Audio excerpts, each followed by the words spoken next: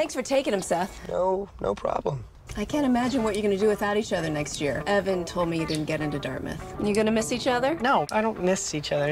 Yeah, I'm gonna cry myself to sleep every night. Me too. When I'm out partying. Go to school, boys. Bye. Take care of those.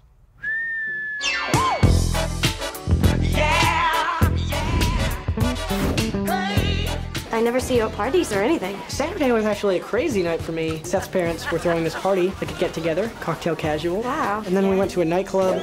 You got in. We got right in. That sounds like a lot of fun. You would have loved it.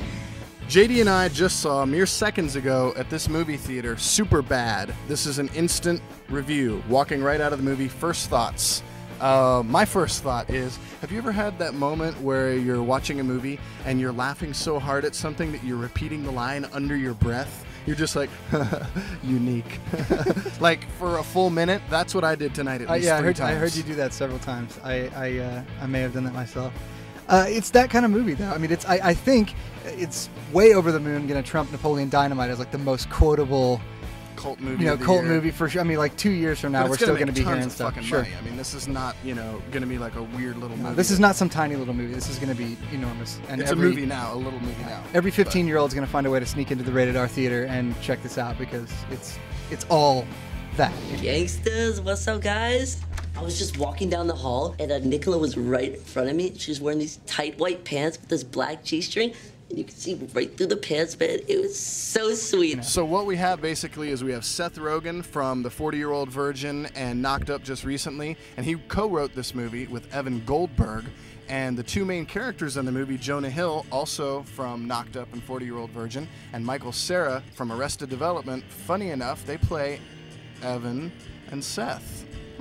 Autobiographical? What do you think? Maybe.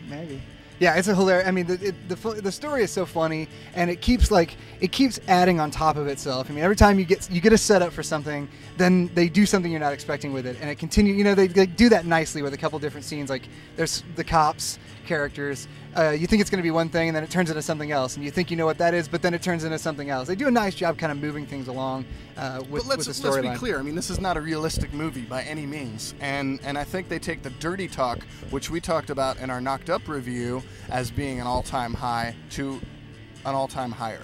Oh yeah, definitely. And this is again, it's the after something about Mary and the come on the ear, and now everybody's got to jump a little bit higher every time, or else you're gonna. I'm pretty sure it was lotion. I think that might be the case. On the ear. Look at Evan. Hey, don't keep me waiting much longer. I'm getting impatient up here. You're embarrassing. I'm over here in my unit, isolated and alone, eating my terrible tasting food, and I gotta look over at that. Looks like the most fun I've ever seen in my entire life. And it's BS, excuse my language. I'm just saying that I wash and dry. I'm like a single mother. Look, we all know home ec is a joke, no offense. It's just like everyone takes his class to get an A, and I'm sorry. And I'm not putting down your profession, but it's just the way I feel. I don't want to sit here all by myself, no offense, and I just think that I don't ever need to cook tiramisu. When am I gonna need to cook tiramisu? Am I gonna be a chef? No. Jules' partner isn't here today either. Pair up with her, station 4. Jules. All right, I'll give it another shot. Give home ec another shot. It's got some pretty classic devices, but I think you'll agree that this movie differs from other templates with at least, I don't know, the usage of the cock. Oh, I don't think there has ever been as many references to or pictures of dick in any movie ever. That's not a porn. Right, and I think Kevin Smith probably had, the corner on that market with the homoerotic kind of will they, won't they guy relationships as everyone's talking about girls, but no longer, Kevin. No. I'm sorry, buddy. You got some work to do. This was Chasing Amy times 1,000. I can't even. I mean, the ending was insane. You know what I mean? Michael Cera is the best part of this movie. He's got this insane delivery where he makes the most uncomfortable line even more uncomfortable.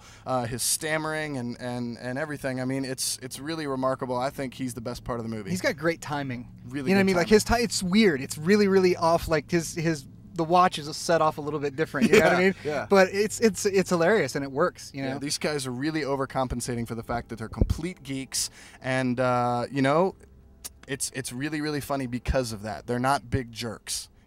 We feel for them a little bit. We're laughing our asses off at all the cock jokes and all the insaneness, and they do go over the top. But for me, Superbad is a rock fist way up, and I'm really excited about seeing it again. Yeah, no, I mean, for all the classic devices used in teen comedies, the sort of like, you know, darky kid can't get the hot chick and, you know, all the post-high school, oh God, what's going to happen kind of shit. This manages to be something a little bit different. And, it does. You know, and it's really, really, really funny. So it's a solid rock for stuff for me, too.